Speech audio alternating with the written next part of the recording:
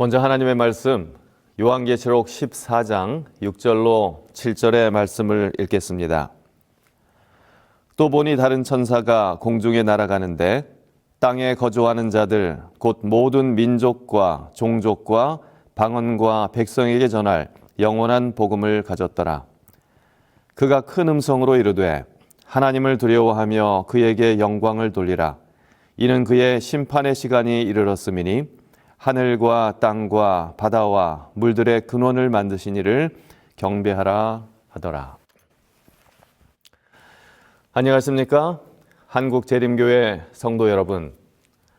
저는 2024년 한국연합회 종교자유 안식일에 말씀을 전하려고 여러분 앞에 섰습니다. 2024년 4월 27일은 한국연합회가 정한 종교자유 안식일입니다. 매년 종교자유 안식일을 기념하지만 특별히 올해 2024년 종교자유 안식일은 매우 큰 의미가 있는 안식일인데요.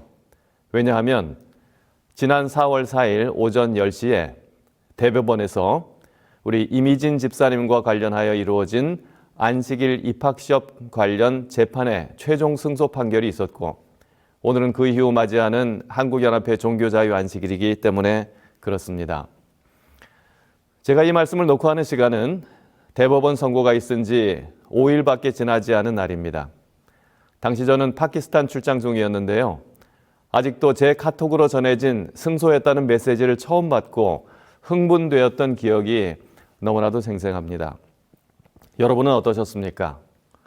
그날은 재판 당사자인 이미진 집사님과 변호인단을 비롯하여 가까이서 재판 과정을 도왔던 분들뿐만 아니라 탄원서를 제출하고 함께 기도에 동참했던 모든 한국교회 재림 성도들에게 놀라운 승리의 날이었습니다. 하나님은 지금도 살아계시고 하나님의 말씀대로 살고자 하는 당신의 백성을 결국은 승리하게 하신다는 놀라운 확신을 갖게 하는 날이었습니다. 다시 한번 이번 재판의 시작부터 마지막까지 함께 하신 하나님께 감사와 영광을 돌립니다. 또한 기도와 후원으로 동참해 주신 모든 성도님께도 이 시간을 빌어서 감사의 인사를 드립니다.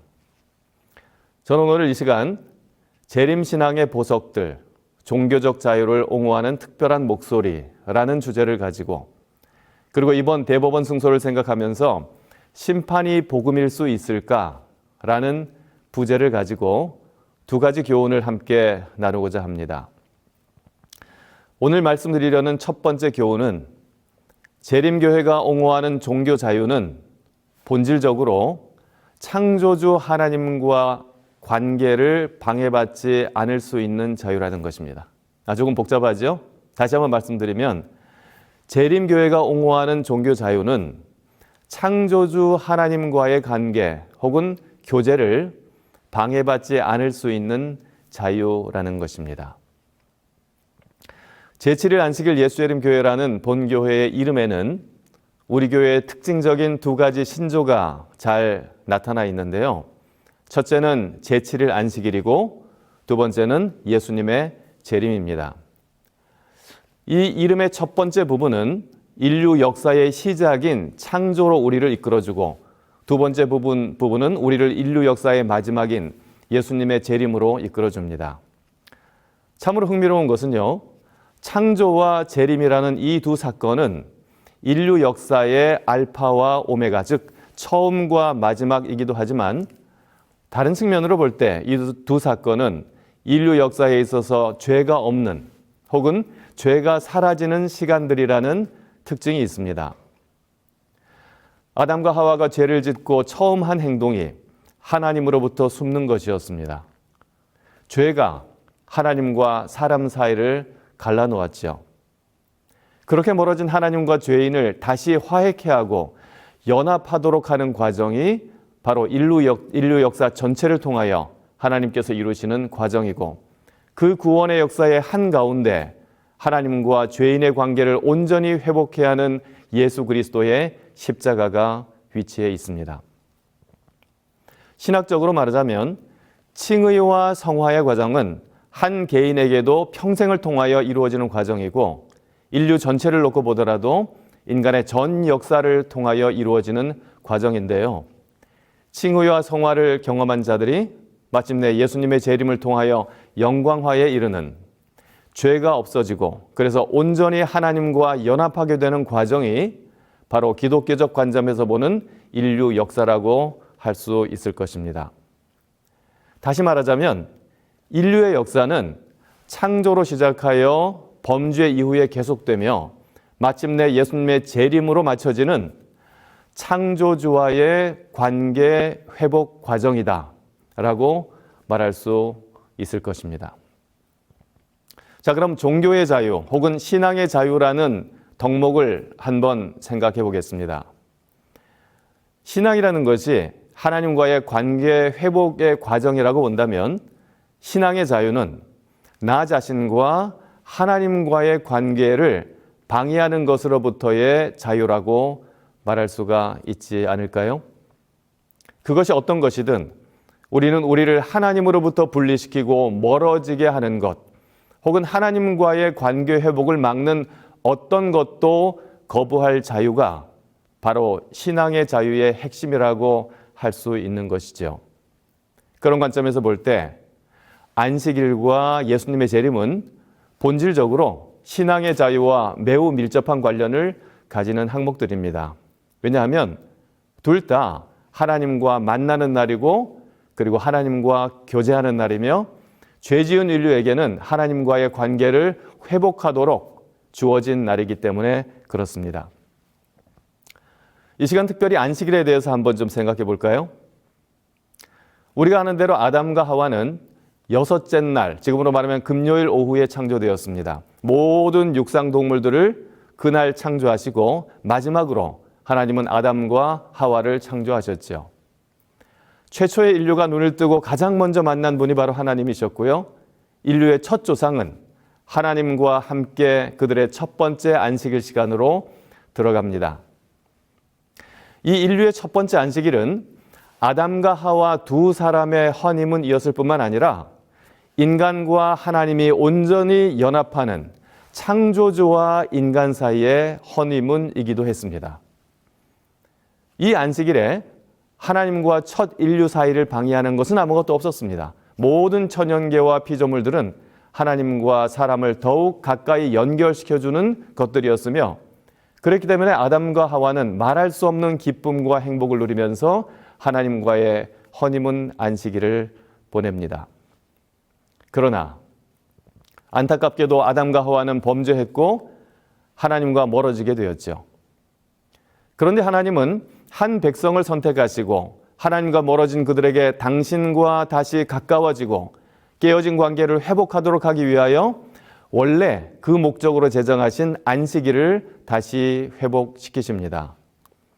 출애굽기 16장에서 매일 내리시던 만나를 안식일에 내리지 않으시면서 이스라엘 백성을 훈련시키시는 하나님을 볼 수 있습니다.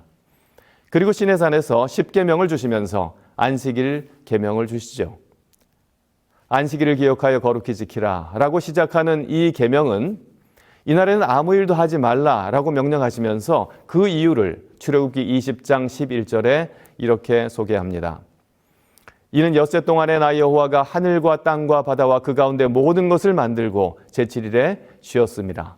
그러므로 나 여호와가 안식일을 복되게 하여 그날을 거룩하게 하였느니라. 잃어버렸던, 망각하고 있었던 하나님과 인류의 관계, 즉 창조주와 피조물 그리고 아버지와 자녀의 관계를 안식일이라고 하는 시간을 통하여 회복하자고 초청하셨던 것입니다. 10계명의 넷째 계명은 안식일은 쉬는 날인데 그 쉬는 목적이 하나님과의 관계 회복을 위한 것이라고 분명히 말해주고 있는 것입니다. 우리가 잘 아는 에스겔서 20장에 기록된 안식일에 관한 말씀도 이것을 뒷받침해 주는데요. 에스겔 20장 20절에서 하나님은 이스라엘 백성들에게 이렇게 말씀하십니다. 또 나의 안식일을 거룩하게 할지어다. 이것이 나와 너희 사이의 표징이 되어 너희로 내가 여호와 너희 하나님인 줄 알게 하리라 하였노라. 제가 좀 강조해서 읽었는데요. 참 흥미로운 것은 이 짧은 성경 한 계절 안에 나의, 나와, 내가 등의 1인칭 대명사가 3번 나오고요. 너희, 너희로, 그리고 너희 등의 2인칭 대명사가 또한 3번. 그래서 총 6번 관계를 말해주는 인칭 대명사가 등장한다는 것입니다. 안식일이야말로 하나님과 인간, 특별히 하나님과 당신의 백성 사이의 관계를 확증하고 또한 회복하는 날임을 이 성경절은 우리에게 말해주고 있는 것입니다.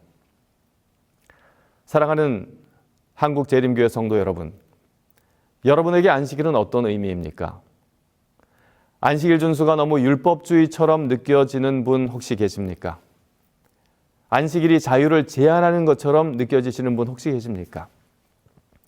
만일 그렇게 느끼신다면요, 그것은 안식일 시간은 지키되 안식일의 주인이신 예수님이 그 시간 안에 없기 때문일 것입니다. 안식일은 시간을 지키는 날이 아니라 하나님과의 사랑의 관계를 지키는 날이 되어야 합니다. 사랑하는 사람과 만나는 날이 의무처럼 느껴지지 않는 이유가 무엇일까요? 그 이유는 그 시간 안에 사랑하는 사람이 있기 때문입니다. 그 사람과의 관계가 더 가까워지고 때로는 회복되는 경험이 있기 때문인 것입니다. 그렇기 때문에 우리는 그 날을 어떤 희생을 치르더라도 꼭 지키고 싶은 그런 마음이죠. 그런 의미에서 안식일은 어떤 노력을 통해서라도 반드시 지킬 만한 분명한 이유와 가치가 있는 것입니다. 또한 그렇게 본다면 이번 안식일 관련한 대법원 승소는 우리가 율법의 조항을 지켜낸 것이 아니라 창조주 하나님과의 관계를 지켜낸 것이라 할 수 있겠습니다. 아니, 어쩌면 대법원 판결의 결과에 상관없이 혹시 세상 법원에서는 패소했다 하더라도 안식일 준수를 포기하지 않고 최선을 다한, 함께 탄원서를 제출하고 함께 간절히 기도하였던 하나님의 백성들의 선택은 이미 하늘 재판장에서 하늘 재판장이신 하나님으로부터 승소 판결을 받아놓은 재판이었다고 믿습니다. 대법원에서의 승소는 이미 하늘 재판에서 승소한 당신의 백성들에게 하나님께서 이 땅에서 더해 주시는 선물이라고 생각합니다. 참으로 좋으신 하나님, 우리 하나님의 이름을 이 시간 찬양합니다. 다시 한번, 진정한 종교의 자유, 신앙의 자유는 우리와 하나님과의 관계를 방해하는 모든 것으로부터 자유라는 사실을 기억하게 되시기를 간절히 바랍니다. 오늘 여러분들과 함께 나누고 싶은 두 번째 교훈은요, 재림교회가 옹호하는 종교의 자유는 남은 교회의 사명 완수와 연결된다는 것입니다. 제7일 안식일 예수재림교회는 어떤 교회일까요? 그리고 우리 교회의 사명은 과연 무엇일까요? 대총회는 본교회의 사명 진수를 매우 분명하게 다음과 같이 명시하고 있습니다. 우리의 사명은 예수 그리스도의 임박한 재림을 준비함에 있어서 그분의 충실한 증인으로 살며 영원한 기별인 세천사의 기별을 온 백성에게 선포할 예수 그리스도의 제자들을 삼는 것이다. 이 재림교회의 사명 진술에서 다른 교단의 사명 진술에서는 찾아볼 수 없는 특별한 부분이 있는데 그것이 무엇일까요? 예수 그리스도, 재림, 증인, 제자, 선포 이런 등등의 내용은 다른 교회의 사명 진술에서도 볼 수 있을 법한 내용입니다. 그러나 재림교회 사명 진술에서만 볼 수 있는 부분이 있다면 그것은 세천사의 기별인데요. 우리가 아는 대로 세천사의 기별이 기록된 요한계시록 14장 6절에서 12절은 이렇게 시작됩니다. 6절과 17절은 이렇게 말합니다. 또 보니 다른 천사가 공중에 날아가는데 땅에 거하는 자들 곧 여러 나라와 족속과 박원과 백성에게 전할 영원한 복음을 가졌더라. 그가 큰 음성으로 가로되 하나님을 두려워하며 그에게 영광을 돌리라. 이는 그의 심판하실 시간이 이르렀음이니 하늘과 땅과 바다와 물들의 근원을 만드신 이를 경배하라 하더라. 오늘 말씀을 시작하면서 심판이 복음일 수 있을까라는 부제를 소개했는데요. 우리는 지난 4월 4일 심판이 복음일 수 있다는 실물 교훈을 경험했습니다. 하나님의 심판은 악인들에게는 그들을 대항하는 심판이지만 성도들에게는 그들을 위한 심판의 성격을 띠고 있기 때문입니다. 요한계시록 18장 20절은 성도를 위한 심판을 하나님의 신원하시는 심판이라고 표현하고 있습니다. 참으로 흥미로운 것은요, 세 천사의 기별을 소개하면서 이 기별의 성격이 영원한 복음이라고 요한계시록 14장 6절에 소개한 후에 그 복음의 내용을 7절에 말하면서 그의 심판하실 시간이 이르렀다라고 천사가 말하는 부분입니다. 다시 말해서 하나님의 심판이, 그것도 매우 임박한 심판이 복음의 내용에 포함되어 있다는 것입니다. 그래서 심판이 복음일 수 있을까라고 하는 앞의 질문에 대하여 세 천사의 기별은 심판이 복음일 수 있다라고 대답을 합니다. 재림교인들은 싸우는 것을 좋아하지 않는 평화의 백성들입니다. 그래서 웬만하면 분쟁을 하지 않고 평화롭게 문제를 해결하려고 노력하지요. 로마서 12장 18절에서도 할 수 있거든 너희로서는 모든 사람으로 더불어 평화하라고 기록되어 있으니까요. 그런데 여기서 우리가 주목해야 할 것은 이 성경절의 첫 부분에 있는 조건절인데요. 무슨 일이 있더라도 모든 사람과 평화하라가 아니라 할 수 있거든 이라는 조건이 있다는 사실입니다. 다시 말하면 모든 사람과 평화하려고 최선을 다하지만 그러나 때로는 부득이하게 할 수 없는 경우도 있다는 것을 의미합니다. 그래서 우리가 평화롭게 문제를 해결하려는 최선의 노력을 다해야 하지만 혹 그러한 노력이 소용이 없을 경우 우리는 때로 믿음의 싸움을 싸워야 할 때가 있다는 것입니다. 그리고 이러한 신앙의 자유를 지키려는 믿음의 싸움은 많은 경우 우리에게 맡겨진 사명 성취, 즉 하나님의 나라를 확장하고 복음을 전파하는 결과를 가져온다는 것입니다. 종교의 자유와 관련된 믿음의 싸움을 우리는 출애굽 사건에서 볼 수 있습니다. 하나님께서는 모세를 부르셔서 바로를 찾아가게 하십니다. 처음에는 평화로운 방법으로 요청을 하는데요. 반복되는 요청의 내용을 한마디로 요약하면 Let my people go, 즉 내 백성을 가게 하라는 것이었습니다. 다시 말해서 종교의 자유, 신앙의 자유를 보장해 달라는 것이었지요. 하지만 바로는 그 말을 듣지 않았고 모세는 이러한 바로와 타협하지 않습니다. 하나님은 1심, 2심이 아니라 열재앙을 통해서 10심 재판을 하심으로 바로에게 패소 판결을 반복해서 내리십니다. 참 바로가 현명했더라면 1, 2심을 지나고 항소를 포기하였으면 좋았을 텐데 그러지 않고 최종심까지 가죠. 그리고는 최종심에서 마침내 자신의 아들을 포함해서 모든 애굽인들의 장자를 잃는 엄청난 패소를 경험합니다. 그러고 나서야 이스라엘을 보냈지만 금방 다시 마음이 바뀌어서 이스라엘을 쫓아갑니다. 그리고는 마침내 애굽 군대에 대한 최후의 심판이 홍해에서 집행됩니다. 이 최후의 심판은 애굽 군대에게는 멸망하는 심판이었지만 이스라엘 백성들에게는 구원의 심판이었습니다.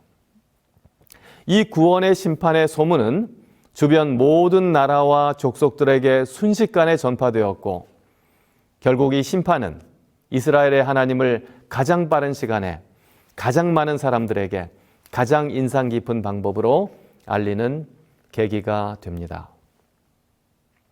하나님은 당신의 심판의 행위를 통하여 당신의 백성 이스라엘에게 주신 사명을 이루고 계셨던 것입니다. 이런 비슷한 예는 성경에 많이 있습니다. 다니엘과 세 친구도 그랬죠. 그들은 종교의 자유, 양심의 자유를 위해 최선을 다해 평화롭게 해결하려고 노력했고, 그것도 되지 않았을 때에 그들은 믿음의 싸움을 싸웠습니다. 에스더와 모르드게도 마찬가지였죠. 이렇게 하나님의 백성들이 믿음의 싸움을 싸웠고 하나님은 그들에게 놀라운 승리를 경험하게 하셨으며, 그 결과 왕과 많은 고관들은 물론 그들의 관할하에 있는 수많은 사람들에게 살아계신 하나님을 알리는 놀라운 계기가 되었다는 것입니다. 여기서 우리가 기억해야 할 것이 있는데, 그것은 종교의 자유를 수호하려는 결단과 노력은 하나님의 인도하심에 따라 믿음의 방식대로 실천하기만 한다면 하나님께서 주신 사명인 선교와 상충되거나 혹은 무관하지 않고 오히려 가장 효과적인 선교의 방법이 될 수 있다는 사실입니다. 며칠 전 식사 시간에 한 장로님으로부터 이런 말씀을 들었습니다. 대법원 승소 판결이 있고 바로 맞은 안식일이었는데요.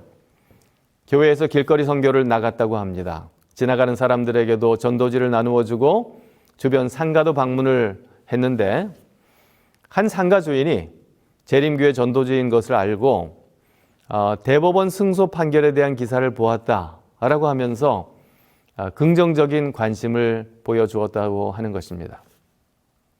신앙의 자유를 지키려는 공개적인 노력이 선교와 어떻게 연결되며 긍정적인 영향을 미칠 수 있는지를 보여주는 단적인 예라고 할 수 있을 것입니다. 재림교회 성도 여러분, 우리는 우리 스스로를 남은 무리라고 말합니다. 그리고 그 근거를 요한계시록 12장 17절에서 찾는데요. 그 내용은 이렇습니다. 용이 여자에게 분노하여 돌아가서 그 여자의 남은 자손, 곧 하나님의 계명을 지키며 예수의 증거를 가진 자들과 더불어 싸우려고 바다 모래 위에 섰더라. 이 성경절에서 우리는 남은 무리의 특징을 이루는 하나님의 계명, 그리고 예수의 증거를 늘 강조해 왔습니다. 그러나 오늘 저는 이 말씀의 다른 측면을 주목해 보는데요. 그것은 마지막 시대의 남은 무리는 하나님께서 싸우라고 부르신 무리라는 것입니다. 선과 악의 큰 싸움에서 하나님과 사단과의 마지막 전투에 참전하라고 부르신 남은 무리라는 사실을 오늘 주목해 봅니다. 제7일 안식일 예수의 교회는 하나님의 편에서 그분의 계명에 드러난 사랑과 공의의 하나님을 옹호하고 사단의 온갖 작전과 계략을 물리치고 믿음의 선한 싸움을 열심히 싸우라고 부르신 남은 교회라는 것입니다. 우리가 남은 무리인 이유는 우리 자신이 다른 교회보다 더 자격이 있어서가 결코 아닙니다. 우리가 남은 무리인 유일한 이유는 우리에게 이러한 특별한 사명이 있기 때문입니다. 우리가 만일 그 사명을 잃어버린다면 이스라엘이 그렇게 되었던 것처럼 우리는 남은 무리가 더 이상 아닌 것입니다. 이런 측면에서 볼 때 재림교회의 진정한 선교는 사람들에게 부담 없는 그리고 듣기 좋은 말을 해주는 것이 아니라 진리 위에 굳게 서서 신앙의 자유를 위하여 믿음의 선한 싸움을 싸우는 것입니다. 세 천사의 기별도 같은 메시지를 우리에게 주고 있는데요. 첫째 천사의 기별은 한 천사가 긴급하게 하늘을 날아가면서 큰 소리로 다가올 전쟁과 하나님의 심판을 알리는 경고의 메시지를 전하는 것처럼 들립니다. 하나님의 심판이 가까웠으니 당장 창조주 하나님을 경배함으로 하나님의 편에 서라고 초청하는 것입니다. 마지막 싸움이 시작된 것이죠. 둘째 천사는 하나님을 노골적으로 대적하던 바벨론이 무너졌다라고 선고합니다. 바벨론의 멸망은 시간적으로는 앞으로 다가올 사건이지만 이미 그 무너짐이 결정된 전쟁이라고 선포하는 것입니다. 그러므로 하나님의 백성들은 싸움의 결과를 염려할 필요가 전혀 없고 단지 하나님 편에 굳게 서서 이 싸움에 참여하면 된다고 말하는 것입니다. 셋째 천사의 기별은 하나님의 형상을 버리고 짐승의 표를 받는 그러한 일을 하지 말라고 경고를 합니다. 이러한 모든 것들이 우리로 하여금 하나님과의 온전한 관계를 갖지 못하게 하는 사단의 전략이며 바벨론에서 나오고 그리고 짐승의 표 받기를 거부하여 하나님 편에서 믿음의 싸움을 싸우겠다는 결연한 선택이야말로 마지막 남은 무리에게 주어진 사명을 이루는 것이요 참된 종교의 자유, 신앙의 자유를 수호하는 것이라고 말하고 있는 것입니다. 사랑하는 성도 여러분, 우리가 준비되어 있든지 그렇지 않든지 예수님은 곧 오십니다. 선과 악의 싸움은 곧 맞춰질 것이고 하나님의 승리는 이미 확정되었습니다. 그러나 아직 선과 악의 싸움에서 확정되지 않은 것이 있는데요. 그것은 여러분과 제가 누구의 편에 설 것인가 하는 우리의 선택입니다. 이 시간 우리를 부르셔서 승리하신 하나님의 편에 서라고 말씀하시는 우리 하나님의 초청에 응답하시기를 간절히 바랍니다. 그래서 주님 오시는 그날까지 남은 무리에게 분부하신 믿음의 선한 싸움을 싸우다가 영광 가운데 오시는 우리 주님을 맞이하시는 그런 여러분과 제가 되기를 간절히 바라면서 말씀을 마치겠습니다.